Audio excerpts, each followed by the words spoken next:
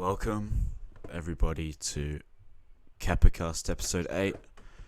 It's just me and Chris today, no Jacko, but we do have a very special guest, Jeffrey Hawkins. How are you doing today? Doing well, guys. Obviously, thanks for the invite. Just to introduce myself, my name's Jeffrey Hawkins. I'm running as the independent candidate, one of the two independent candidates for the Bega state by-election for the seat of Bega. And it's a pleasure to be here. I am new to this podcast thing, so bear with me. Yeah, it'll be no problem. For those who don't know, Bega is a small town in Australia, and there's a by-election coming up. How exciting. So, can you tell us a bit about what your goals for your Okay. what you want to do if you win? If I can, I hope you don't mind if I take over the interview just for a moment. Yeah. The state by-election for Bega actually covers an area from Bateman's Bay on the central south coast all the way down to the Victorian border and inland as far as the Snowy Mountain Ranges. It covers two large shires with a population of about 70,000+ people, and it's actually a reasonably large area. Yeah. Bega, of course, is one of the towns in the southern portion of that electorate, but it's by certainly no means the actual centre of everything. I mean, look, you'll have to understand the way I speak. I'm not a politician, so I'm not here to stroke you like a politician would, right, and get you making all feeling good. I'm from a project management background, customer service and data admin, right, which means I look at things, I talk to people to find out what's bugging them, I find the data, find what I need to find, and then find a way to fix it. And that's been the way I've advocated ever since day one, is that we don't have the luxury of taking promises anymore and waiting them to be either completed or finding ourselves disappointed that once again we've been let down. Right. This by-election is actually for 12 months because we have full state elections in 2023. Yeah. So essentially, this is a 12-month contract job. Wow. And the issues which everyone's been talking about, these are issues that can be completed by the collective community within 12 months. Yeah. So there's no political promises for me, no political party platforms or anything like that. It's just, here's a list of things that need to be done. Why don't we just get them done? So, if you want to play politics, do it next year. This year we can fix stuff. So Jeff, like what are the things that you're saying that can be done within these 12 months? Okay, all right. Well, let's start with the basics. The current Liberal government is obviously looking to commit $400 million, I think it is, on the provision that Liberal is elected for $400 million for a hospital. A single hospital or for a single hospital. Okay. However, I question whether or not it's more important to first address the staffing levels in all of the hospitals up and down the coastal areas. I mean, we've got nurses that aren't working at the moment, but they're right to go. We have issues that can be addressed, issues that can be fixed. And look, I mean, everyone down here at the moment, all the big parties, they're pushing health. But they're saying nothing about the over $700 million worth of disposable PPE that's been used in the last year. Right. That's $750 million. Yeah. And the worst part is that to pay that off is going to mean that they're sticking their hands in yours and my pockets for the next 20 or 30 years. Really? That's not good. But people don't see that as part of a bigger problem. Yeah. I mean, we're getting all these public health orders and directives and all that sort of such from people in suits in Sydney, but we haven't heard anything from the nurses who are actually face to face with this stuff from any of the hospitals. Right. Why are if these people are face to face with the blood, puke, broken bones, and everything else every day, why are we not hearing from them?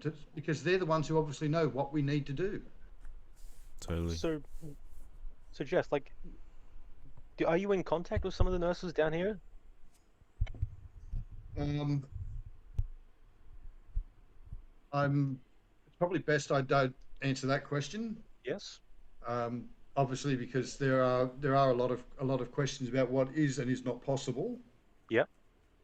But let me just say that I actually saw the Labor candidate's advertisement today, and he's got a couple of nurses there, and they're speaking very openly in support of him as a doctor, right? As a doctor, and as a doctor with 20 years as a doctor. I mean, he's very it's very obvious that he would be good at his job, because if he couldn't do his job as a doctor, he wouldn't be there.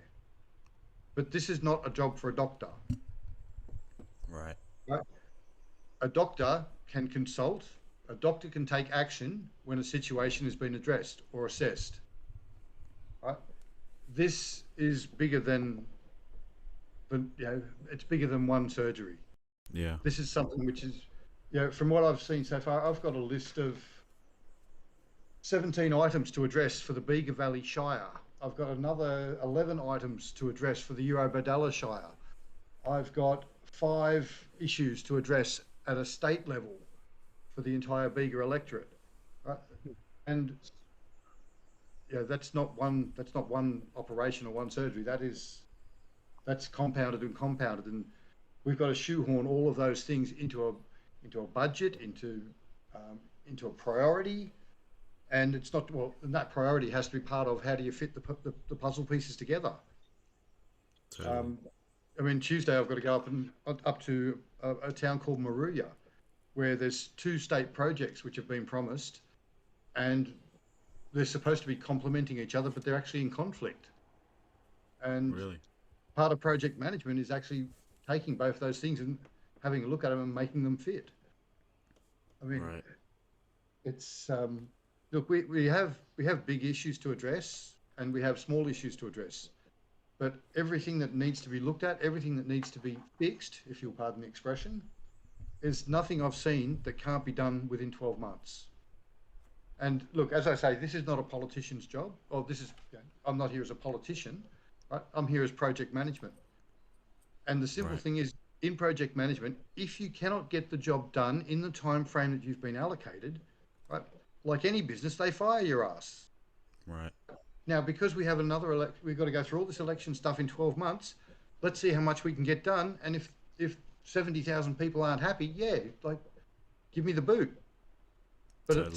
someone's got to try. And there was only one other independent that stood up, despite me putting the call out for anyone and everyone. This is the time for independent people to stand up and say, let the people have a go. Right? We've had enough of the parties. Right. So what is the main issues that you want to address? Well, let's see. The parties are looking at it as there is only one issue, and that is health. Right? They want to throw money at hospitals. They want to throw money at this, throw money at that. That's not how to fix it. Right? The health issues is that, one, we need the staffing levels in there. Mm-hmm. The other major concern is making sure, I mean, obviously everyone uses the word COVID. So we also need to make sure that the staff in there have the equipment, have the PPE, the personal protective equipment, to deal with anything that comes up, including infectious diseases. Right. So it's not enough to throw $400 million at an empty building. I mean, why not start with throwing a quarter of that at the hospitals themselves to make sure they've got the staff and make sure they've got the proper equipment? Yeah.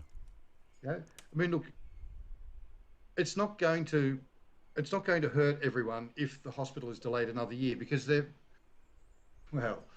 big hospital, they haven't even bought the land for it, right? And they're already talking about, when we turn the dirt and make sure that it's big symbolic, we're ready to start. I mean, first things first, find where you're going to put the thing. Right. That would be important. So where they're building this hospital, is it close to any other hospitals, or is it like in an area that needs sorry, where the hospital looks to be planned, it appears to be just north of Moruya where they want to put it in. Okay. But then again, too, and as I said, you do need the actual staff to put in them, and that can be better addressed immediately by getting the staff back on the job in each and every one of the hospitals. Right. So instead of needing to build another hospital, they should just get the nurses that are ready to go and get them back into the job. That would be an immediate result, not an immediate fix or a short-term fix, but that would be an immediate result. Yeah. Is being able to get the nurses back on the deck to carry the workload, but they have to have the right equipment to do their jobs, a proper PPE. I mean, anyone in any trade will tell you that you have to do the job properly and you have to do the job safely. And the health industry is very, very strict. So we do need to make sure they've got what they need to do the job, and then we can get them back in there. And rather than trying to commit this large amount of money straight up for an empty building, commit a portion of that to the purchase of the land where it's going to go, and then we can start working one solid step at a time on those big projects. Totally. So why are these nurses not working at the moment? There appears to be how shall I phrase this? A disagreement between between some nurses and others as to the criteria which will permit them to work. And in short, it actually comes down to a government mandate of no jab, no job. Mm-hmm. Now, for me, that quite honestly, that rubs me up the wrong way, simply because no jab, no job means breaking the law to enforce their mandates to discriminate between people based on an experimental substance. Mm-hmm. So, I might just ask, like, how is it breaking the law? Right. Okay. One of the things I advocate is free choice, or the freedom to choose. Right? That is a constitutionally protected right. Right? Section 51 of the Constitution says that you cannot be subjected to any form of compulsory or coerced medical treatment. It must always be with informed consent. The Australian Immunisation Handbook says the same thing in Section 2. Any medical procedure, including vaccination, can only be performed with the participants' fully, clear and informed consent. So to turn around and tell someone, if you don't take this experimental substance, you don't have a job. I mean, that is a breach of everything. But the problem is that businesses, not just the health industry, but businesses everywhere too, are being threatened at a business level with massive fines, which businesses can't support, in order to get them to enforce these no jab, no jobs. So businesses are being told to break the Discrimination Act by violating the Privacy Act, which protects their customers and their staff, and make it compulsory to subject themselves to medical experimentation. What happened to the freedom to choose? What happened to their individual rights? Yeah. So, what would you say to the people who may say, because COVID is causing this great issue, the economy isn't doing great, many people are dying, right? Before you actually, sorry, Jonesy, I hate to interrupt you, mate, but I really do need to. Yeah. Can you define COVID? COVID seems to be the catchword that automatically instills fear and all that sort of thing into people. But the actual, I'm not sure, but my understanding is COVID has actually been described as a SARS-CoV-2 coronavirus. COVID for short. Right? When was the last time you turned your back on one of your friends and said, oh no, he's got Macca's or he's got Nike? It's a brand name, and the brand name gets the response that they need from marketing. If you want to talk about what's going on, the correct word to use is coronavirus. Okay. Not COVID. And that's a stance which I have taken even before throwing my hat in the ring to run for this job. Yeah. Right. And if you get a medical dictionary, coronavirus is actually the common cold. Yeah. Wait, wait, wait. Yes, I In a know. medical dictionary. In a medical dictionary, a coronavirus is defined as the common cold. Interesting. Everything that has happened because we slapped a brand label like Coke or Nike or Macca's or KFC or any of those sort of brand labels. We slapped a brand label on a version of the common cold, came up with an experimental vaccine, and we've created global panic with it. And I Do you, can't see how that serves the people in any way, shape, or form. so do you believe in the statistics that are coming out? I think it's 5 million deaths now. Like, do you view that as a real thing? People die, but every day and every week and every year. Um, but whether or not those numbers are correct at a global level, I mean, everyone who contributes to putting those numbers together will have their own slant on how they do things. For me, for myself, I look at something a little bit more basic, right? For example, influenza, right, which is another name for the flu. Influenza has 0 deaths for the last 2 years. 0. Yeah. However, the number of COVID deaths seems to correspond statistically with the expected influenza deaths each year. Mm-hmm. So the question that I ask is, well, where has influenza been while COVID's been here? Yeah, that's a good question. I So, think I mean, a lot of we don't know what figures to believe because if it depends on who's contributing the numbers and what their agenda is. yeah. I mean, I think a lot of people would point towards the measures that we've taken against COVID-19 that would decrease the influenza rates. Not saying it would necessarily be 0, but No, influenza rates are 0. yeah, yeah. But sanitizing and social distancing would also affect influenza numbers. But using sanitizer and influenza, like not no sanitizer and social distancing, wouldn't that also affect COVID as well? Yeah, Because it does. if the same way, because if the common cold and the influenza are basically the same thing, but one's more infectious than the other, but like if Difference. there's a difference, it's like, okay, which one's more infectious, the influenza or the common cold? So the common cold is when you get a sniffle, okay? Mm. And that's where you, pardon me for saying it as bluntly as this, but for the older generation like myself, that's when we would ring the boss and say, we can't come into work, we've got the flu. We'd rug ourselves up and drink the proverbial chicken noodle soup. We might take some Panadol for a headache or whatever, and then we'd be back to work in a couple of days. Right? But influenza is more of a pneumonia type situation, and that's where you will need the resources of doctors and nurses. Yes. And Yeah. most people would realise that when they have their cold, yes, the nose is a bit stuffy and that sort of thing. But the influenza, they'd know because they'd feel it in the tightness in their chest, and they would feel it in the possible struggle to breathe, and that's where the medical services are required. Yeah. But anything that's labeled, it's got this COVID brand label on it. As soon as anything is mentioned with that, I mean, let's see. I mean, we bring in discrimination. We bring in political suppression because a lady refuses to hand over her personal medical information.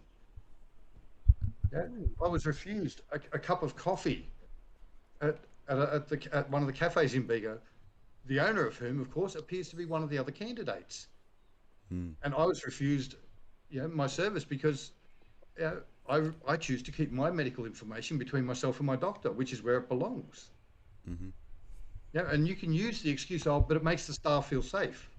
Okay, so if it makes the staff feel safe, sign here on the dotted line, and I will sue you for breach of the anti-discrimination laws. Mm-hmm. Right?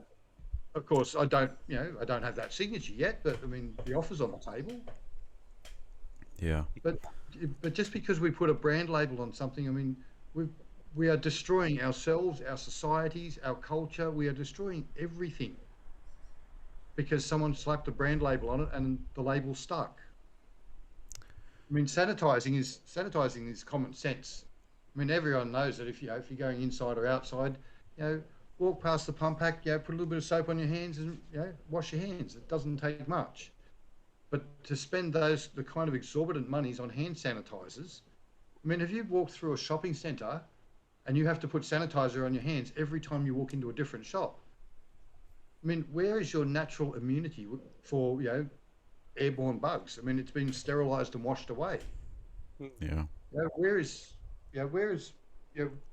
our bodies were built, created, whatever way you look at it, to perform certain functions.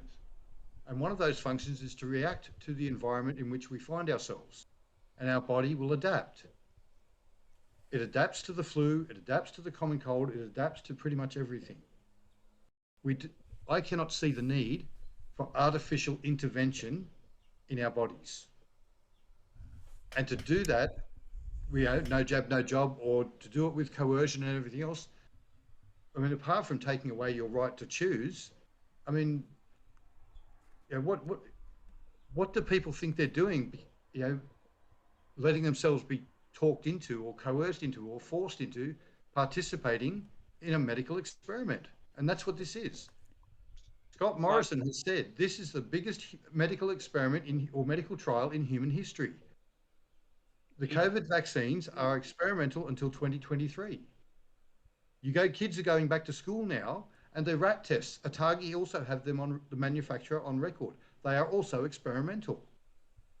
I recently heard a thing on the news that they're trying out a COVID breathalyzer now. Like, I really want to know how that works. Well, I actually would like to take one step backwards and actually put it back on the table. There are 27 or 29 countries now where, under freedom of information laws, have sought evidence of the existence of a COVID sample, a live, viable COVID sample. And 27 or 29 countries, whoever's running it, whether it's their departments of health or attorney generals or governor generals or whoever it might be, every single one of them has come back and said, we cannot provide you that documentation. We do not have that information on file. I mean, Australia actually said that our COVID information was supplied from overseas, but they won't say where. America has said the same thing. Britain has said the same thing, and now they've stopped everything COVID. Interesting. So, do you believe COVID-19 is a hoax? I believe that there are people who believe both sides, but my belief is very simple.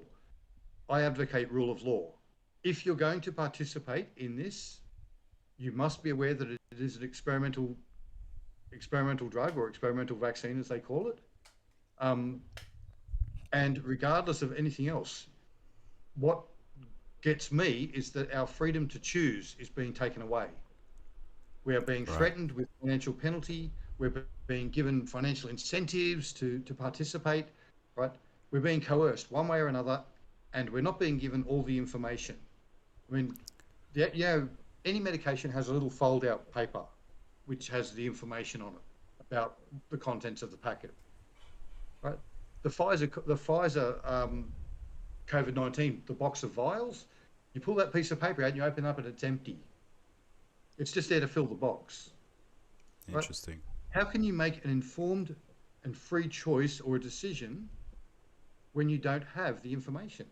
And why is it that no one can supply the information for people to make those choices? Right. But do you believe it's a hoax, though? Honestly, I have my personal opinion, but having to sit here and speak, I have to look at it as a public opinion. So my private opinion is this. It's my private opinion, and I will make the best informed choice I can based on the information I have. Publicly, my fight is to make sure people are aware that they do have a choice to make their own opinions. Okay. And I know that some people don't like those type of answers, but the simple fact is that we're also busy trying to put labels on people and put them into boxes, and so we know exactly where they, how we relate to them. But we shouldn't be putting labels on people. We shouldn't be putting them in boxes. What we should be doing is supporting each other in making our own choices, regardless of whether or not we agree with them. But we should be cheering each other on that we actually are able to make those choices. Mm-hmm. Because, yeah, I mean, So before any beliefs, yeah, you've got to have the freedom to choose. yeah. So you're neutral on the issue, or you just don't want to disclose your opinion? Well, as I said before, my medical information, all my medical information, I believe, belongs in the realm between me and the doctor. That is my personal information, and that's where it should stay. Your personal information, I believe, should remain between you and your doctors or medical professionals. Right? Okay. So, as for a personal opinion on whether I'm this way or that way, it doesn't matter because that's my personal private medical information. But as I said, the public position I take is that everyone deserves the right and the freedom to choose. Yeah. And all we should be doing is, instead of classifying people and putting them in boxes, we should be cheering them on. You know, you have found enough information to suit you to make a choice, and you've made your free choice. Yeah. Jonesy and Jeff, I'm gonna have to stop you right there. We actually have someone in the audience has requested to speak. I'm just gonna All right, let's invite them hear him. up now. What's Hopefully up, they mate? get it. No, he's not up here yet. Arkham There Cookie. he is. What's up, bro? Two things. First, there's someone in introductions who has the link to the scam. I'm sure everyone's seen it, but I don't want some fool to Right. for it to work on some fool. Oh, thanks. And second, I believe in freedom of choice, except whenever your choice could hurt others, i.e., people with low immune. Like I personally have a weakened immune system, so basically, it's like it comes down to that. If you can hurt because you obviously don't have the freedom to, like, I know this is an extreme example in comparison, but like to shoot someone, because but that's kind of my belief in it. Yeah, I agree. Look, if can I just respond to that if you don't mind? Sure. I mean, I've lived my life with a very simple set of ethics, okay, and those ethics start with do no harm, which is be helpful, cause no loss, be aware of risk of injury, okay, be honourable, so you support each other, the rule of law, and freedom of choice. I mean, those 5 things are enough to get someone like me through 50 plus years of life. I mean, surely because we offer each other support and respect, anyone like yourself, Arkham Cookie, anyone who has a condition should be supported. And obviously supported is also by making sure that you are free to make your choices on issues. But at the same time, we have an inbuilt obligation to support each other. Mm-hmm. So if we're going to do something that's going to put your health or your safety at risk, we should stop and each and every one of us has the obligation to stop and step back and say, what will be the consequences of my actions on this member of the community or this person specifically? You know, it doesn't take much to stop and think for 5 seconds and exercise a little bit of care. Right. So, it's great that you believe in not doing harm to others and personal choice. But what is your reaction when those things clash, when you can make a personal choice that will actually cause harm? Like, is there some kind of There is no conflict. I have yet come across a conflict. Really? Right? Yes. Well, what I'm bringing up is this is a conflict. That's what I'm bringing up right now. Because if you don't, you're not only because then it's easier to spread, because that's part of what it stops. Is it spreading? And as far for whether I believe it works or not, well, both my parents got COVID before vaccines, and now after, and my mom is she's a teacher, so she's in contact with it a lot, and she hasn't gotten it again. So. Mm-hmm. Can you get COVID twice? Yes. Oh okay. My gosh, my friends have gotten it 3 times. Wow. Again, I would like to bring up that point that COVID itself is actually a brand label. the definition of COVID is actually a coronavirus, and any virus can be, you can have it repeatedly, Right. like any virus. I mean, I'm sure we all got the cold every year. It comes back in a cycle. I'm sure that we've all had, exposure to other viruses or other bugs or other germs. I mean, they come back. It's part of life, and that's a horrible way to look at it for some people, but that is a part of life. Interesting. Yeah, but a cold doesn't bring you to the ER. Yeah. Yeah, influenza or pneumonia will. I mean, how we address those. I think you're right now. You're either missing the point or looking past it and moving on. Because right now we can't fix those things. We're looking at something that could potentially fix those things for this particular disease. So does that mean that we should be looking at an artificial alternative for every different disease? When we have we were made with a fully functioning immune system. I mean, it will differ from person to person. But if you're talking in terms of the general public, like as a collective, I have to ask the question: are we not enough the way we were born? Nope. Yeah, we're susceptible to diseases. So yeah, it's great that we're able to. That's like to saying treat them. We shouldn't do the polio. Like, I mean, if you're saying we shouldn't ever improve on anything. Are you aware that polio occurs naturally in the human body, in the stomach? It is only, I'm aware it's only it's virulent natural. when it is brought out and exposed to air. People don't I'm suffer aware it's from natural, polio I'm as saying much it's anymore. Though. dangerous. Are you just saying we shouldn't? It sounds like you're coming from a anti, like, shouldn't take any medicine, sort of. No. Again, this raises my point where we slap labels on people and put them on a shelf so we know exactly what we're looking at. Look, every single one of us has the freedom to choose. Right? That choice will affect you. My choice will affect me. Can I ask you a question? You have every right to ask a question. This is a hypothetical scenario. Okay, so let's say I have a bunch of, let's just say, gasoline cans right next to my neighbor. They're open, Littlest thing could set them off, Who knows? Me personally, I would never have got to that point, but go ahead. This isn't a realistic scenario. It's just a hypothetical that kind of mirrors the situation. Okay. And let's say all of a sudden I decide I want to start up smoking. And now my neighbor, he's worried, hey, if you're smoking with a bunch of gasoline by me, that's dangerous for me. Can you move that gasoline somewhere else?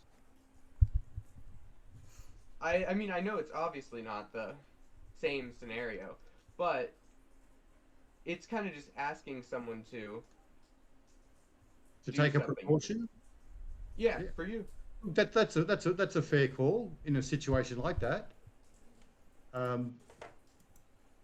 You can ask the neighbour to move the gasoline, or they could ask you to move the gasoline. Right? But the question is that have you made the free choice to put the gasoline there, and are they free to step away? What if the gasoline is right next to their house? That's what I'm saying. Well, then the obvious question is that if you have put gasoline right next to their house, then you obviously do not have the intent to cause no harm. Right. So they should be held liable? Yeah, that's not what I'm saying. I'm just trying to think. I know that you're trying to compare that sort of an example with the health examples that are being bandied around at the moment. I can appreciate that. But they are actually, in fact, very different circumstances and very different scenarios. So under what circumstances would someone's right to safety trump another's right to free choice? Okay, under the Public Health Act, 2010, I think it is, Section 7 or 8, a public health order can be issued to someone who is showing symptoms of an infectious disease which is recognised as being able to put the community as a whole at risk. But it must be, that public health order must have their name on it, and it must be delivered to them in writing because they have symptoms. I mean, the current New South Wales state mandates and stuff that are coming out, they're just lunacy. They are not required because they're trying to apply it to however many millions of people. But one of the conditions of that public health order is they have to know who has symptoms and who is displaying symptoms and who is actually putting the public at risk. Yeah. And and as I said, if we have common sense and we're not feeling well, we stay home, we stay out of circulation. Right? That's common sense. But to mandate or to put out orders to say that, you know, the entire population has to be locked down, lose their jobs, you know, be threatened with medical experimentation. I mean, the lunacy is actually beyond belief, when all it takes is for us, as you know, us the people, to use a little bit of common sense.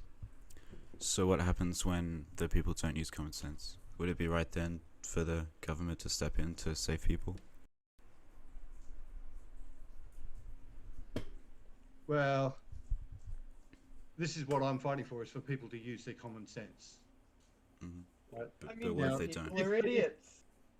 If people don't exercise their common sense, that is when you get people like the current governments who think, oh, okay, we're going to treat people like idiots and we're going to give them orders and order them around. And if you're not smart enough to use common sense, and then the government that you're supposed, you know, that's supposed to represent you and is supposed to answer to you, starts giving you orders and treating you like an idiot, I mean, are you going to comply with that and actually prove to them that you are an idiot? Interesting question. Well, look, in a situation... Sorry, yeah? Go ahead. Oh, okay. Go ahead. In a situation where people are actively causing harm amongst their fellow citizens due to their stupidity...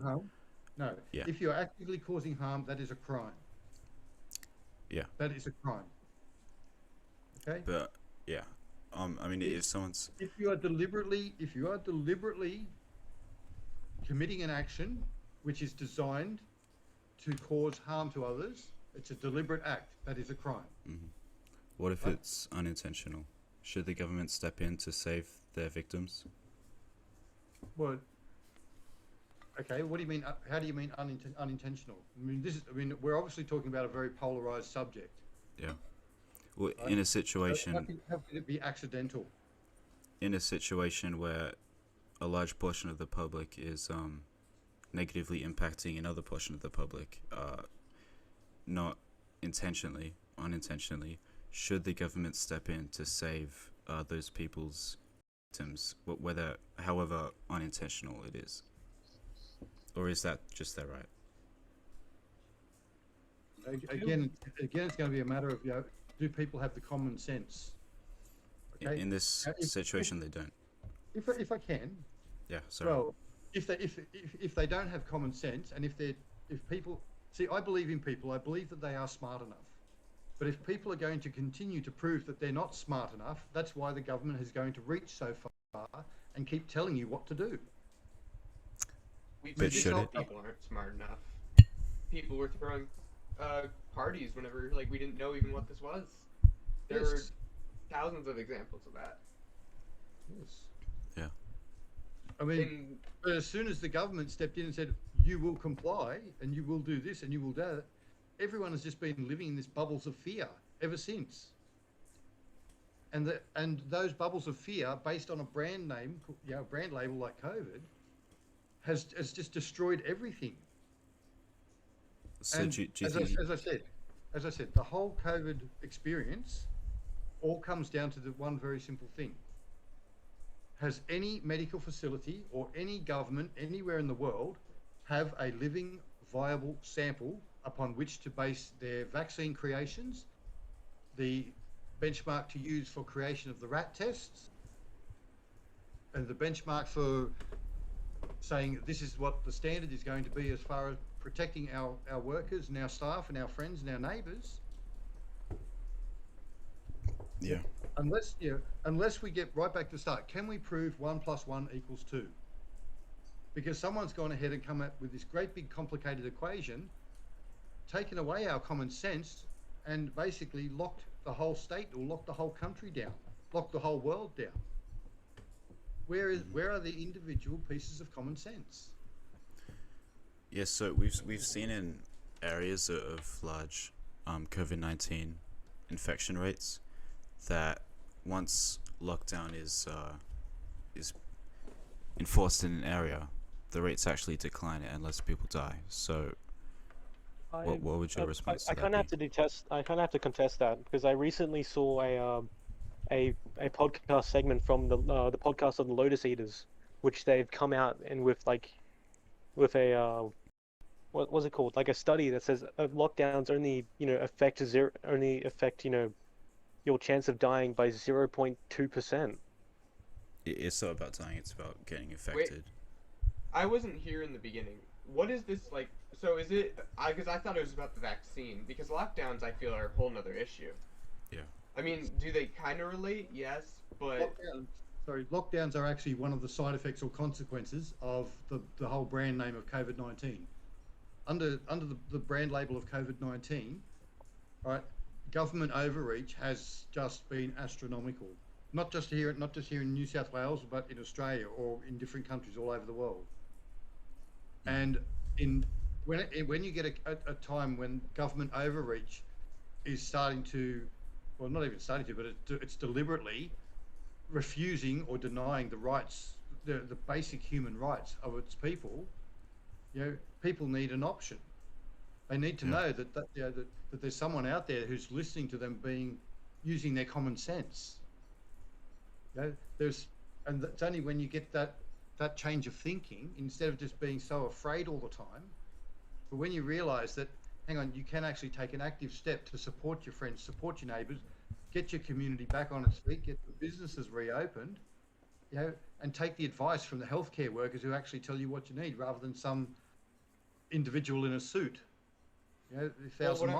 What I'm asking is, what was the original? Because I came in and it was about vaccines. So, I know they're all together, but I just want to know the original question. Oh well, silly daddy here. Jeffrey Hawkins is running in a local election, so we're just interviewing him, and we got sidetracked. Yeah, majorly. We did get it's not a sidetrack. This was actually a side issue as part of the whole health policy, which is being bandied about by political parties. And the whole COVID issue actually came out as an offshoot of that. Yeah. I mean, that's a natural thing to come up, yeah.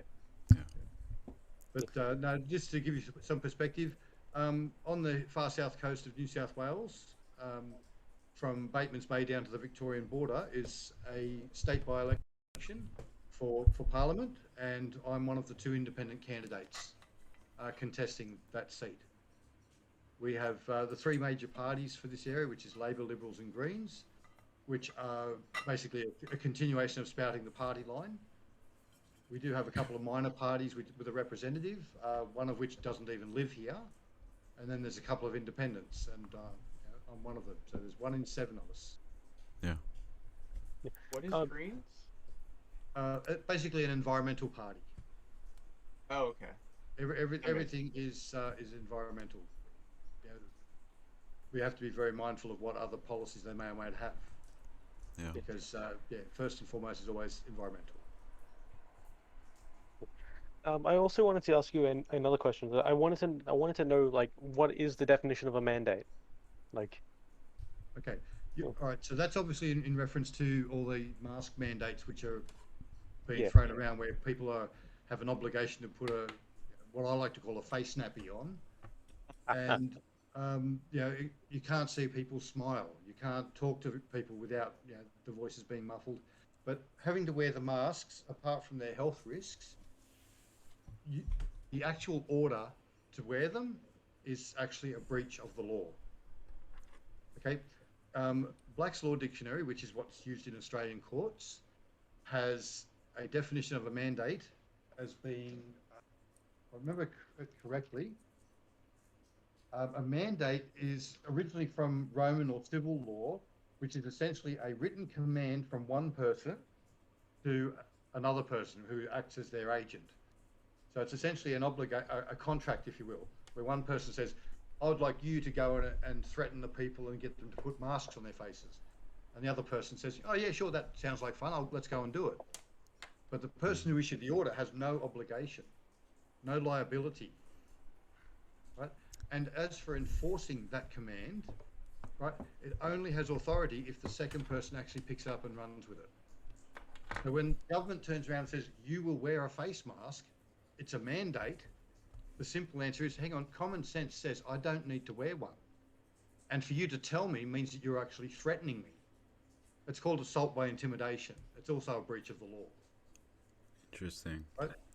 So by law, mask mandates mean nothing unless you choose to put a mask on your face.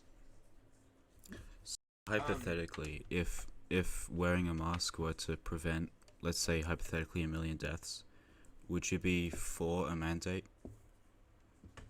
Well, my question is, what sort of mask are you putting on? You talking about these little blue and white masks that we're being handed out at the moment? Yeah, sure. Okay. Well, that's everyone knows those masks, right? Let me make the issue for those masks a little bit bigger, right? Let's blow the picture up a little bit bigger. The weave on those masks is the equivalent of putting up a chain link fence to keep out a fly. Interesting. Oh. Okay. The weave on those masks is big enough to stop bacteria in your spit or your voice. When you're breathing out bacteria, it's only when the bacteria is in the moisture in the air when you're breathing out that makes it big enough to be caught in the weave of those masks. But a virus is something like 1/800th of the size. So, I mean, would you build a chain link fence to keep out a fly? No. Then why would you take orders from someone to do that?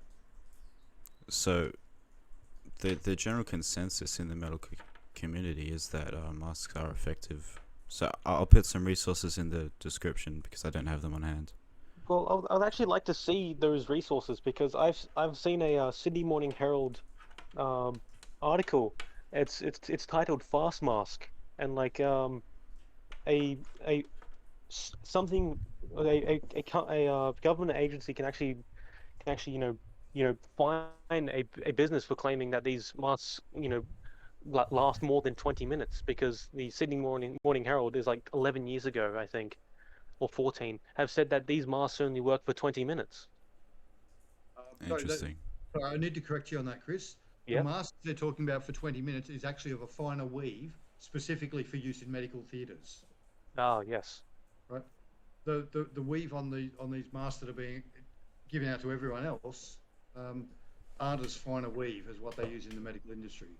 So will they last longer then? Right. Well, no. No. Okay.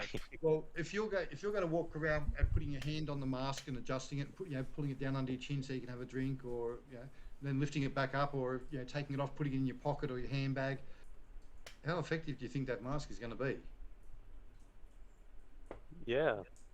And in a medical situation, they use a finer weave on those masks. They have gloves. They have they have basically a germ-free environment to begin with. And they use a finer mask than what we're getting out in the general public. And the nurses and the theatre operators, they are the ones who say these masks are effective for 20 minutes. And that actually comes from local nurses. Oh. Okay, I'm just gonna say I'm not. This is it for me because I don't know. I thought I didn't know like where you are because I know American laws, obviously. Yeah. Not. Oh, that's fair. But So you're actually from America, is that correct? yeah. I just hopped in here because I wanted to warn them about that. But like for me, the only real thing for our vaccines, we do have I can't pull it off the top of my head, but I could find it if you gave me just a minute. Sure. We do have some proof towards their validity and all that. Masks, in my opinion, should be business based, whatever they decide. That's how it is in America right now. Basically, a business can say, "Hey, keep it on," or not. So, which is a good middle ground, I think. So, And do you think masks worse? In Australia, there is actually laws that prevent an employer from specifically stating that, unless see, I don't like that. unless So I'm agreeing with you there. yeah. I don't like whenever. Yeah, look, I mean, Yeah. part of my position here obviously is to support rule of law and the freedom to choose, because our choice for our freedom to choose is actually supported by our law. The issue I have is with government overreach, because I'm running for one of those government jobs. Yeah. And I need the people that I'm supposed to represent, if I get it, I need them to know that my first job is to stand up as a voice to scream at the government, back off. To tell them that I've got 70,000 people down here with brains and common sense. We don't need your nonsense. Are you actually going to scream at Parliament? I want to. If I have to. But the simple fact is that, again, for whatever reason, I believe in people. I believe that people have common sense. I believe that people are smart enough to look for their answers and make a choice. I don't see the reason or the right for people to be locked down, shut up, lose their jobs, basically on a medical presumption, which we have the common sense to fight anyway. And the longer we continue with living with these mandates and following these public health orders. I mean, as I said, we're being asked now. With the kids going back to school, we're now being asked as parents to perform medical experiments on our own kids, as mandated by the government. Now that's a very big next step from a mask, isn't it? Yes, that is. So you're referring to COVID tests? The new rat test, which has gone out and apparently is supposed in some schools now, is actually a condition of the children returning to school. Yeah. Right. So now, do you have a problem with that? Well, from personal experience, the last 3 rat tests that I actually used and tested, right? I took 2 of them. I actually waved them under what they call a black light. You see them in the banks where they hold the little lights on the desk with the purpley black colour. Mm-hmm. Right? If you take one of those rat tests straight out of the packet and hold it underneath one of those lights, you'll actually see the result you're going to get. Oh. Okay? Now, those rat tests will only show that result once they're exposed to a liquid. So I can tell you, the last 3 tests I used, my bottle of Woolworths orange juice has COVID, according to the rat tests. My kitchen sink has COVID, the tap in the kitchen sink has COVID, according to those rat tests. My car exhaust has COVID. Do I have it? It does. I have no idea, because the tests themselves from the manufacturer are stated as being experimental. Interesting. Well, I'll put some more resources in the description. I'm not too educated on this subject. Unfortunately, I've done quite a bit of looking into this amongst 1,000 other issues that I've got to address. But the simple fact is, at the end of the day, we have to support the rule of law, and we have to support each other with our freedom to choose. Yeah. And one of the other things that is necessary is for us to let go of our ego. Because there are those who go, "Oh, I'm double vaccinated, I'm triple vaccinated, and I'm so much mightier than thou because you won't disclose to me what your status is." Right? Let go of your ego, and instead of looking down on your neighbours, reach out your hand to lift them up too. Yeah? Interesting. One of the big things I advocate is we've got to change our thinking, because the reason I actually threw my hat in the ring for this election was because I'm sick of doing things the same old way, with the same old political party machine, which is just, well, it doesn't matter who's in power. The end result for the average citizen is the same. The only difference is what, basically what colour flag you're waving when they do it. Red or blue, or green these days. But the simple fact is that we need people to govern themselves again. Interesting. Because people have common sense, and we don't take orders from some party hack hidden behind the scenes. Yeah.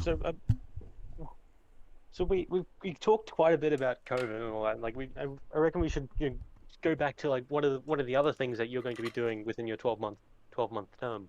Okay. Well, look, as I said, we're looking at 12 months because this by-election is only essentially effective for 12 months, and then we have the actual full state elections next year in 2023. So we actually have a 12-month opportunity, or a 12-month window, to see just how much we can get done. Okay, so I mean, for our whole area, we're looking at job security because we need to reopen the businesses. We need to reopen the businesses and get back to work.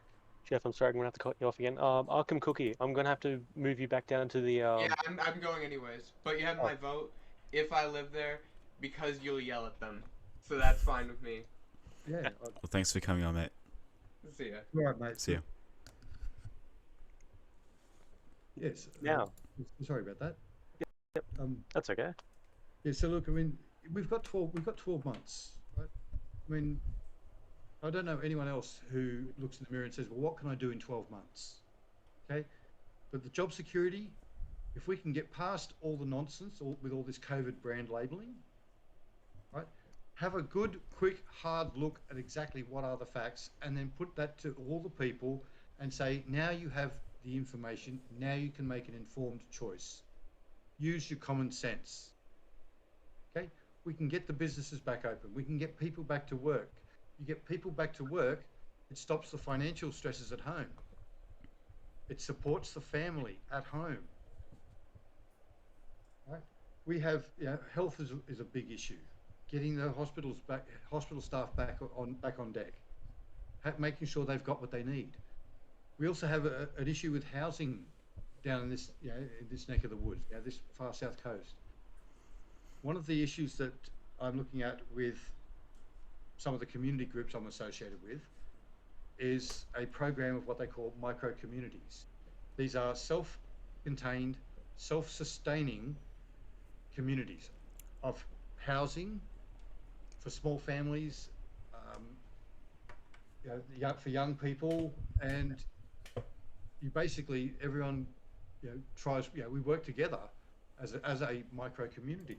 We support each other with growing food, with clothing, with helping each other look after each other's kids. Everything that we do as a community. Obviously, those who go out to work go out to work. Those who are able to stay home. We've got things that we can do, but everyone contributes. We have eco technologies which are absolutely unbelievable. And to give you an idea, on Tuesday night's environmental forum that we had, one of the questions we were asked is, what is your target for zero emissions? Now that sounds like a really big question, and obviously the answers that were thrown around by the major parties is 2030, 2040, or 2050. In other words, who cares, because I'm going to be past this and it's not going to be my problem. The answer I put on the table is very simple. We have the technology today to make a huge impact. Huge. For example, can anyone tell me in what year was the trial and report done on an automobile fueled by tap water? 1973. Wow. It has a recorded top speed of 70 miles an hour, which is 105 kilometers an hour. So there was a car in 1973 that could be it was run on water. Hmm. It was run on water. Do you know why it didn't take off? Because it would have affected the petroleum industry. Interesting. I mean, ask yourself this. Would you drive a car that was fueled by petroleum products or would you drive a car that was fueled by water? Well, water's everywhere. It's basically a free commodity if you think about it. I mean, it's not really everywhere, especially It in is. Australia. It is everywhere. Just desalinate the water in the ocean, and there you go. You don't even need to. Right? No, You drill 130. I think it's 130 feet straight down. There is natural water there that is already pH balanced and it's ready to come to the surface. Ooh. Interesting. As I said, I've had to do a lot of research on a lot of topics. Yeah. Oh, we have another person in the audience, Orpt. He's going to be coming up now. Because he's raised his hand and he wants to speak. There we go. Oh, Yeah, it's my boy. Quick question about the car, the water car. Yeah. Wasn't there also a system that was in place, like if you were to pee, you can turn it into tap water again? So I wouldn't address that one myself. It's involving in bodily fluid. It is a bold concept. However, it's not one that I've researched. Because the difference between tap water and salt water, isn't it just like a lot more higher salt and all that? If we I'm not a chemist. I think there's fluorides in tap water. Type of authority. So I haven't looked at the little shades of grey that the difference between the different types of waters. But as I said, a water-powered vehicle in 1973. What if I told you? I'm sure that everyone here would know what a foot pump is. You use it to pump up your soccer ball or your bike tire. Yes. What would you say to having a foot pump and you have to pump it 3 or 4 times to power a vehicle, a car? I'd say you're bullshitting on your own. Okay.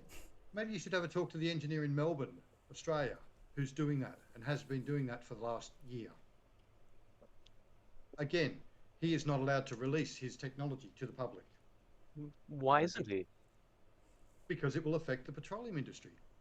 This is, I can understand where this is coming from, because we have Nikola Tesla and all his stuff that was taken away and seized because it was revolutionary. But wouldn't this, what would we do with the petrol? If, let's say this did happen, what would we do with the petrol besides, people going around and, doing dumb shit with it? Well, for starters, you would, let's see, not burn it and burn up the, and pollute the atmosphere. I think that on its own would be a good start. I mean, why? But the question is, why wait until 2030 or 2040 or 2050 when the technology exists now? Like today. Get as much money as you can. Well, I think a lot of people want to start now and then aim to be complete by 2030 or by 2040. No, they were talking. No, the parties were talking about a big reduction. They weren't talking about zero. They were talking about a big reduction, which means they're quite happy to do the least amount possible and have it last as long as possible, because that way it's still an issue and you get lobbying money. Interesting. Yeah, from a project management perspective, the technology already exists. The question is, why aren't we using it? Right. Part of what I'm looking at is implementing that technology wherever possible as a part of a puzzle. The other parts of the puzzle are your health, are your job security, they're your affordable housing, right? And everything has to be accountable. When you put all that together, right, you can make everything happen at a reasonable price within a reasonable time frame, and you don't need to try and tell your kids that, oh, I did nothing and just put it off until it was your turn. Right. So, since by my knowledge you are a parent, you've basically thrown your hat in the ring because you don't want this problem to be thrown onto your kids. Look, if nothing is done, right, and I'm being quite blunt here, if nothing is done about all these issues, what happens when the next generation comes up and they have to face it? What do I tell my son? What do I tell my daughter, my nieces, my nephews? What do I tell them when they say, where were you and what did you do to stop this? Totally. Okay. I can see that reasoning, yeah. The job of any parent is basically like a football terminology. The job of any parent is to run interference for their kids, to make sure that their kids have the time to play and be safe. They have the time to learn about the world they're in, and they have the time to get enough information to start making reasonable and practical decisions. Yeah. That's the job of a parent. Your job of your parent is not just to stand there on the sideline and watch them get mowed under and steamrolled and all the rest of it. As I said, what do I tell my kids? Where were you when all of this went sideways? Right. I can honestly turn around and go, well, I was standing there with my arms out wide and screaming at the top of my lungs, no more.